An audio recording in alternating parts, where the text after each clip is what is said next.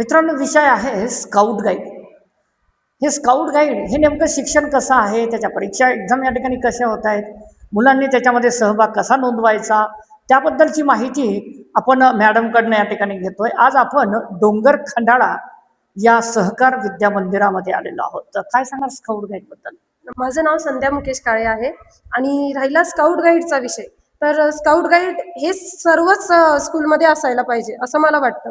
कारण मुलांचा तो शारीरिक आणि मानसिक पण, सगळ्यात आधी तर मानसिक होणे गरजेचे आहे.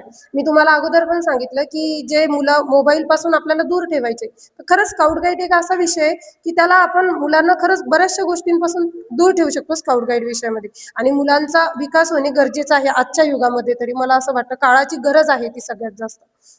आज या ठिकाणी मेघाताईंनी जे बाहेकर मॅडम आहेत त्यांना तुम्ही आपण या ठिकाणी बोलवलंय, निमंत्रण दिलंय आणि त्यांनी जे मार्गदर्शन विद्यार्थ्यांना या ठिकाणी केलेलं आहे त्याच्यामध्ये NCC असेल, भारत स्काउट गाईड असेल, हा सुद्धा या ठिकाणी उल्लेख केलेला आहे. हा खरोखर या ठिकाणी नोकरी क्षेत्रामध्ये या ठिकाणी काम पडेल त्यांना. हो सर, खरंच. कारण आमच्या स्कूलमध्ये आतापर्यंत 40 ते 50 राज्य पुरस्कार झालेले आहेत मुलांना. आणि त्याच्या पुढे पण जर खरंच मुलांनी जर व्यवस्थित केलं तर राष्ट्रपतीपर्यंत पण ते पोहोचतील. तर NCC आणि स्काउट गाईड हे मुलांसाठी अत्यंत महत्त्वाचं आहे. आणि पोलीस भरती, आर्मी आणि रेल्वेमध्ये तर याचा कोटा असतो स्पेशल स्काउट गाईडचा. त्याच्यात त्यांना इंटरव्ह्यूद्वारे ते डायरेक्ट लागू शकतात. तर खरंच हे मुलांसाठी आहे चांगले. मित्रांनो, हा एक विषय आहे आणि त्या विषयाला धरून मार्गक्रमण करणं हे अतिशय महत्वाचं आहे. आणि आज आपण सहकार विद्या मंदिर डोंगर खंडाळा येथे आहोत. मॅडम, आज या ठिकाणी ही आपण जी वातावरण या ठिकाणी जे बघत आहात, मुलांचा खरोखर या ठिकाणी शारीरिक आणि बौद्धिक विकास होणं फार गरजेचं आहे. त्या संदर्भामध्ये आमच्या दर्शकांना काय सांगणार? थँक्यू. तर शाळेत आपण विद्यार्थ्यांना घडवतो ते अष्टपैलू व्यक्तिमत्व त्यांचं घडावं हा आमचा नेहमीच बेस असतो आणि त्यासाठी आमची शाळा ही नेहमी प्रयत्नशील असते. तर विद्यार्थ्यांच्या शारीरिक आणि बौद्धिक विकासाकडे महत्त्वपूर्ण लक्ष दिलं जातं. कारण त्यांचं शारीरिक आरोग्य चांगलं असेल तर बौद्धिक विकास हा झपाट्याने होतो. तसेच शाळेमध्ये मिळणारे जे शिक्षण आहे त्याच्यामध्ये त्यांचं कॉन्सन्ट्रेशन हे वाढण्यासाठी शारीरिक विकास किंवा शारीरिक आरोग्य हे खूप महत्त्वाचं आहे. त्यासाठी शारीरिक व्यायाम घेतले जातात, तसंच मेडिटेशन घेतलं जातं. विद्यार्थ्यांना वेगवेगळ्या प्रकारचे ब्रेन स्टॉर्मिंग ॲक्टिव्हिटीज आपल्या इथे घेतली जाते. आणि जेव्हा केव्हा वेळ मिळेल किंवा सॅटर्डेला तर दर सॅटर्डेला आपण आनंदाई शनिवार आणि त्याआधी PT मध्ये हा पिरियड, या पिरियडमध्ये आपण त्यांचं शारीरिक शिक्षण, त्याचं महत्त्व आणि वेगवेगळे व्यायाम प्रकार तसेच योगासने याच्या विशेष करून भर दिला जातो. त्याचप्रमाणे ब्रेन स्टॉर्मिंग ॲक्टिव्हिटीज, वेगवेगळ्या प्रकारच्या ब्रेन स्टॉर्मिंग ॲक्टिव्हिटीज घेतल्या जातात आणि त्यांना आपल्या आरोग्याचं महत्त्व हे पटवून दिलं जातं. आज आपण सहकार विद्या मंदिर मध्ये येण्याचं कारण असं आहे की ही नेमकं शाळा शिकवते काय, विद्यार्थ्यांचा सर्वांगीण विकास तर या ठिकाणी भरपूर या ठिकाणी शाळा करत असतात, परंतु विद्यार्थ्यांनी सुद्धा आत्मसात ते केले गेले पाहिजेत. हा दृष्टिकोन या ठिकाणी लक्षात घेता आज सरांसोबत आपण संवाद करणार आहोत की क्रीडा भलं मोठं या ठिकाणी ग्राउंड या ठिकाणी दिसतंय, परंतु क्रीडाच्या माध्यमातून कसं या ठिकाणी विद्यार्थ्यांनी पुढं जावं आणि कसं या ठिकाणी ध्येय गाठावं हा प्रयत्न या ठिकाणी या मुलाखतीच्या माध्यमातून आहे. सर, आपलं नाव? सर, माझं नाव ज्ञानेश्वर जगन कोसळकर. मी क्रीडा शिक्षक. काय सांगणार सर, ही जी क्रीडा शिक्षकांच्या माध्यमातून या ठिकाणी क्रीडा शिक्षक भरपूर शिकवतायत, परंतु विद्यार्थी या ठिकाणी आत्मसात करताना दिसत नाही. काही विद्यार्थी ध्येय गाठतात, त्यानंतर त्या प्लॅटफॉर्मवरून दुसऱ्या प्लॅटफॉर्मवर वळतात. काय सांगतात? आणि सर, जे विद्यार्थी आम्ही शाळेमध्ये घडवतो त्याच्यामध्ये सुद्धा पॅरेंट्सचा बी सहभाग असला पाहिजे. नंतर आम्ही आता 2 वर्षापासून आमचे सलग विद्यार्थी राष्ट्रीय स्तरापासून राष्ट्रीय स्तरापर्यंत पोहोचलेले आहेत. शाळेमध्ये या ठिकाणी जे आनंददायी जे शिक्षण या ठिकाणी आपण जे बोलतोय तेच या ठिकाणी होत आहे. हो सर, आनंददायी शिक्षण आम्ही इथं देतो आणि मुलांना व्यवस्थित मार्गदर्शन पण व्यवस्थित करतो. मित्रांनो, काही आदर्श शिक्षक आपल्यासोबत आहेत जेणेकरून विद्यार्थ्यांना ज्ञानदान देण्याचं या ठिकाणी सातत्याने काम करतायत. पाऊस आलेला आहे पण तरी सुद्धा या ठिकाणी अतिशय वातावरण चांगलं आहे या शाळेचं. आणि खरोखर संस्कार कसे असावेत, विद्यार्थ्यांना या ठिकाणी ध्येयपूर्तीसाठी कसं पुढे न्यायचं हे या शाळेतनं या ठिकाणी बघायला मिळालेलं आहे. मॅडम, आपलं नाव?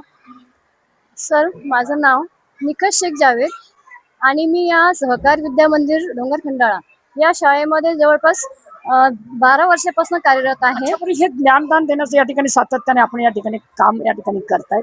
एखादा जीवनातील अविस्मरणीय क्षण काय सांगणार आमच्या दर्शकांसाठी की आज या ठिकाणी ज्ञानदान देताना विद्यार्थ्यांसाठी या ठिकाणी ते खरोखर या ठिकाणी चांगला संदेश जगासमोर गेलेला आहे. हा, आताच नीटची एक्झाम झाली आहे ना.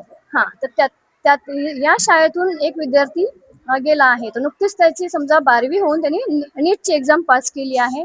तर स्वराज वानेरे हा माझ्या हाताखालून सुद्धा गेलेला आहे आणि त्याला नीटमध्ये 583 असे मार्क्स भेटलेले आहेत. 683 बहुतेक 683 असे मार्क्स भेटले आणि त्याला चांगलं यश भेटलं आहे. आणि आमचं कसं आहे, आम्ही मुलांना देण्याचं काम करतो. त्यांना नेमकं घ्यायचं किती ते त्यांच्यावर डिपेंड असतं. त्यांच्यामध्ये या ठिकाणी खरोखर या ठिकाणी शिक्षणाची कास असली पाहिजे. म्हणून आपण या ठिकाणी हा बातमी कव्हर करण्याचा प्रयत्न आहे. आता काही दुसऱ्या मॅडम आपल्या सोबत आहेत, कारण त्या बघतायत की नेमकं माझ्याकडे या ठिकाणी माईक केव्हा येतोय. परंतु आज आपल्याला माहिती आहे की हा माईक म्हटल्यानंतर लोक घाबरतात. का घाबरतात की कोणता प्रश्न आहे, कोणतं उत्तर या ठिकाणी शोधावं. परंतु असं काही नाही, ही बातमी आहे सकारात्मक. काय वाटतं सर मॅडम, आपल्या या ठिकाणी या शाळेमध्ये वर्गच गर्दीमध्ये विद्यार्थ्यांनी जो आत्मसात या ठिकाणी केलेला आहे, मॅडमचं मार्गदर्शन? मॅडमच्या मार्गदर्शनाच्या संदर्भात झालं तर मुलांना खूप म्हणजे चांगलं मार्गदर्शन त्या ठिकाणी त्यांनी केलेलं आहे. आणि यशाची पायरी जर त्यांना गाठायची आहे, उंचीवर जायचंय, तर स्टेप बाय स्टेप त्यांना ते यश ग्राह्य करावं लागेल. उद्दिष्ट साध्य करण्यासाठी सुरुवातीला उद्दिष्ट काय आहे ते मुलांनी मनात धरलं पाहिजे आणि त्या हिशोबाने वाटचाल त्यांनी करायला पाहिजे. मॅडम, आज या ठिकाणी विद्यार्थ्यांच्या जीवनामध्ये जे असणारे जे सुप्त गुण आहे, सुप्त गुणांना वाव शाळा या ठिकाणी कार्य करते. परंतु आज तंत्रज्ञानाच्या युगावर त्यांनी फोकस टाकलेला आहे मॅडमनी, की आज सोशल मीडिया, त्या संदर्भामध्ये काय सांगणार? सर, आता तर सगळ्यांनाच माहिती आहे, जे छोटे छोटे मुलं आहेत, आपण जेव्हा त्यांच्या वयामध्ये होतो तर आपल्याला सुद्धा आयडी वगैरे काही माहिती नव्हते ना, फेसबुक माहिती होतं. पण या मुलांचे आयडी बनलेले आहेत आणि ते आपल्याला विचारतात, मिस तुमचा आयडी काय आहे. याच्यावरून आम्हाला विचार पडतो की खरंच हे आपल्यापेक्षा किती समोर गेलेले आहेत म्हणून, आणि आपण किती मागे राहिलो. पण आपण त्या गोष्टीकडे थोडं दूर होतो. हे आपल्यासाठी पण खरंच चांगलं आहे, पण ह्या मुलांसाठी खरंच धोकादायक आहे. थोडंसं त्यांनी यापासून जरा दूर राहिलं, पालकांनी लक्ष दिलं, किंवा आम्ही शिक्षक लोक तर लक्ष देतोच, त्यांना वेळोवेळी सांगत राहतो. पण त्यांच्या पालकांनी जरी थोडंसं लक्ष दिलं तर खरंच खूप मोठा परिणाम घडून आणि येईल त्याचा त्याच्यावर. फायदा काय आहे ते मुलांनी समजून घ्यायला पाहिजे. भाईजींनी ही जी संस्था या ठिकाणी काढण्याचा उद्दिष्ट या ठिकाणी तो या ठिकाणी सार्थक ठरताना दिसतोय. हो, खूप म्हणजे त्यांचे स्वप्न आम्ही याच गावातले आणि त्यांचंही जन्मगाव हेच आहे. भाईजींचे स्वप्न आहेत की प्रत्येक मुलांनी एक वेगळ्या अँगलनी खंडाळ्याच्या शाळेमधून मुलं यशस्वी झाले पाहिजे आणि ते सक्सेस झाले पाहिजे. गोरगरिबांच्या मुलांसाठी त्यांनी खूप सुविधा या ठिकाणी दिलेल्या आहेत. आणि इव्हन म्हणजे त्यांनी आश्रमातल्या मुलांना सर्व फ्री शिक्षण, फ्री एज्युकेशन, युनिफॉर्म, सर्व स्टेशनरी हे सर्व फ्री दिलेलं आहे. त्याच्या मागे त्यांचा हाच उद्देश आहे की प्रत्येक विद्यार्थ्यांनी, प्रत्येक मुलांनी गोरगरिबांच्या शिकावं आणि मोठं व्हावं, पुढे जावं. मॅडम, हा एक शेवटचा प्रश्न आहे, अतिशय समर्पक उत्तर द्यावं असं या ठिकाणी भावना आहे की आज हा जो परिसर या ठिकाणी बघताय, खरोखर या ठिकाणी शिक्षणासाठी पोषक ठरलेला आहे. आज या ठिकाणी भाऊसाहेबांची जी भूमिका आहे, ती भूमिकेबद्दल आपण 2 शब्द काय विषद करणार आचार्य? सरांबद्दल जेवढं बोललं तेवढं कमीच आहे. खरंच सरांची म्हणजे भूमिका सांगायचं, त्यांचं या कार्याबद्दल म्हणजे जास्त योगदान आहे. कुठली पण गोष्ट करायची असली तर सर कधीच माघार घेत नाही, आणि हे सगळं जे तुम्ही पाहताय, जितके पण कार्यक्रम होतात, सगळं हे त्यांच्याच मार्गदर्शनामुळे होतात. मित्रांनो, कारण आपण बघतोय की भरपूर अशा संस्था आहेत, परंतु जे वातावरण आहे ते वातावरण या ठिकाणी कसं असायला पाहिजे आणि विद्यार्थ्यांसाठी खरोखर शिक्षणासाठी या ठिकाणी पोषक या ठिकाणी ठरताना दिसतंय.